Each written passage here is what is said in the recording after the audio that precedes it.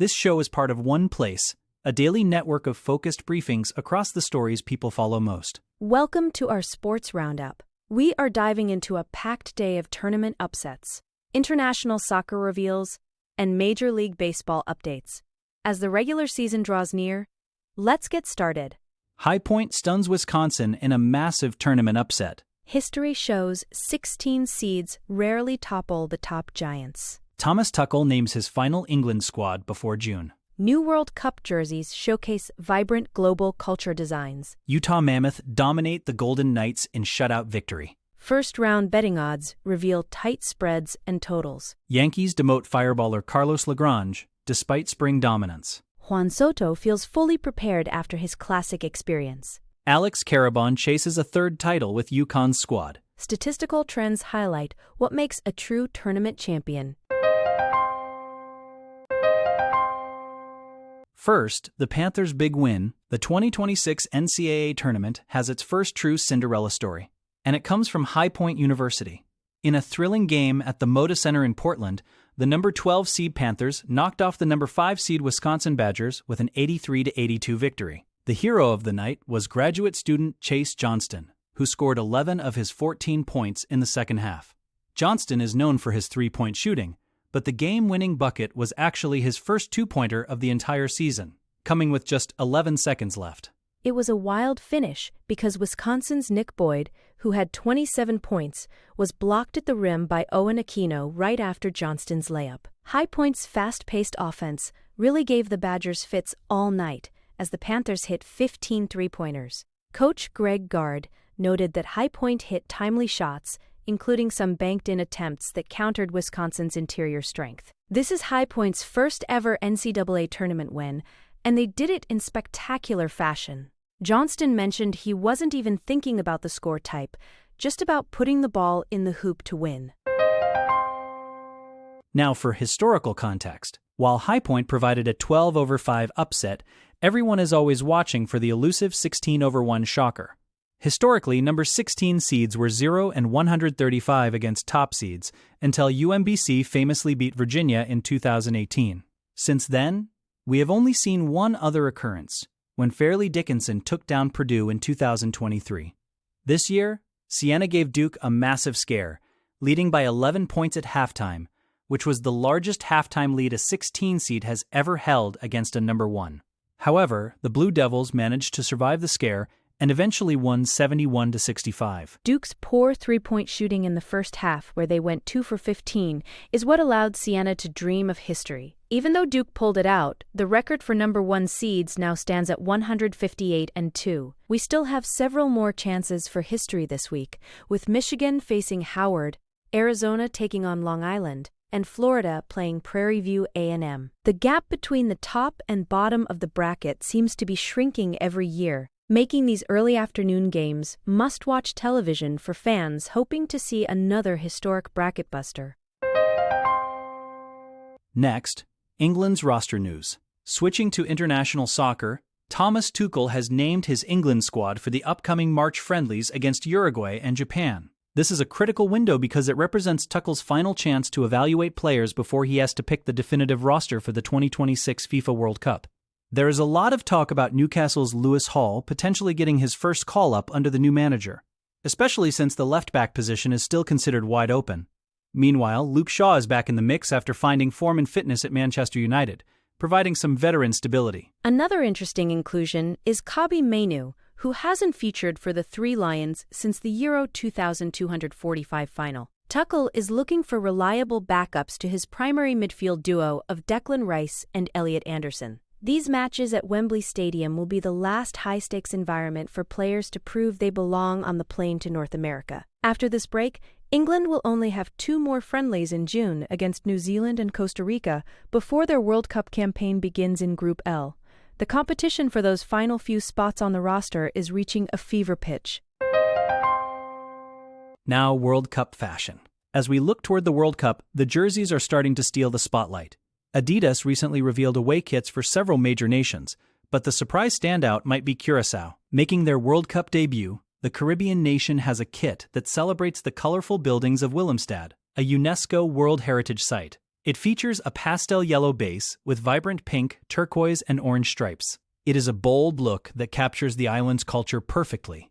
Meanwhile, traditional powerhouses like Argentina and Mexico are sticking to motifs that honor their deep architectural and national histories with intricate graphic patterns. Japan's new away kit is also getting a lot of praise for its symbolic design.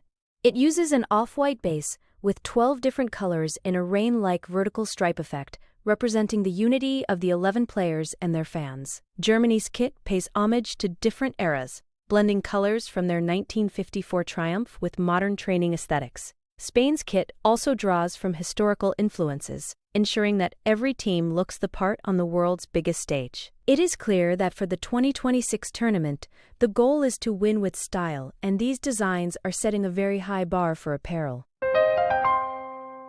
Moving to the ice. In the NHL, the Utah Mammoth put on a clinic against the Vegas Golden Knights, with a 4-0 victory on Thursday night. The story of the game was Karel Vejmelka, who stopped all 28 shots he faced to earn his second shutout of the season. On the other side, Vegas goalie Adin Hill had a night to forget, as he was pulled after allowing 3 goals on the first 3 shots he faced without making a single save. It was an incredibly efficient start for Utah, who managed to build a lead almost instantly and never looked back.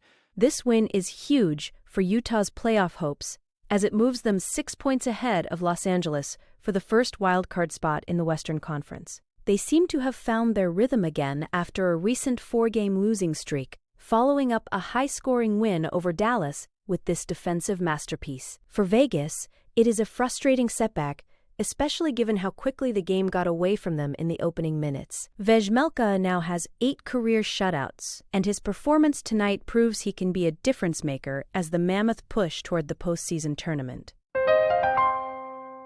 Next, the betting lines. Back to March Madness. The betting markets are reacting quickly to the first-round results.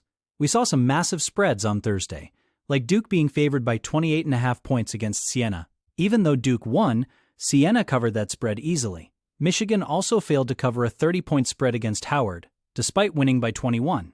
These huge lines for the top seeds show just how much respect the odds makers have for the favorites, but the early games proved that the underdogs are coming to play. It is a reminder that covering the spread is a different battle than winning. Looking ahead to Friday's slate, the numbers remain eye-popping. Florida is a 35.5-point favorite over Prairie View, and Arizona is favored by 30.5 against Long Island. In the more competitive matchups, we see much tighter lines, like VCU's upset over North Carolina, where the Tar Heels were only 2.5-point favorites. The over-under totals have also been interesting, with many games hitting the over as teams embrace a faster pace of play. For bettors, the first round is always a minefield of high variance and unexpected performances from mid-major programs. Now, Yankees prospect news. The New York Yankees made a difficult roster move by demoting their top pitching prospect, Carlos LaGrange. The 22-year-old has been the talk of spring training, posting a microscopic 0.66 ERA over 13 innings. What really stands out is his velocity. He averages triple digits and has touched 103 miles per hour. Despite his dominance, the Yankees feel he needs more seasoning since he has very little experience above A-ball.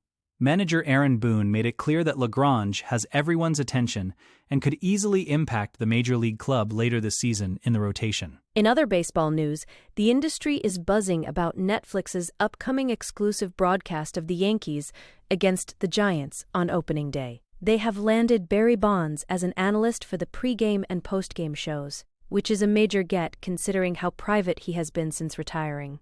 Also, there is ongoing discussion about the future of the World Baseball Classic. Commissioner Rob Manfred is considering moving it to a mid-season tournament or changing the frequency to every 4 years to avoid conflicts with the 2028 Olympics. The success of the recent WBC has clearly sparked a desire for more international competition. Next, Juan Soto's preparation. Speaking of the World Baseball Classic, Mets superstar Juan Soto says he could not be more prepared for the regular season after his time with the Dominican Republic. Even though his team fell in the semifinals, Soto credited the tournament for getting his swing and body into peak condition. Before leaving for the WBC, he was struggling in spring training, but he found his rhythm during the high-intensity games. He hit 2 home runs and drove in 4 runs during the tournament, and he feels that the advice he received from legends like David Ortiz and Pedro Martinez was invaluable. Soto is coming off a massive first year in Flushing, where he hit 43 home runs and drove in over 100 runs.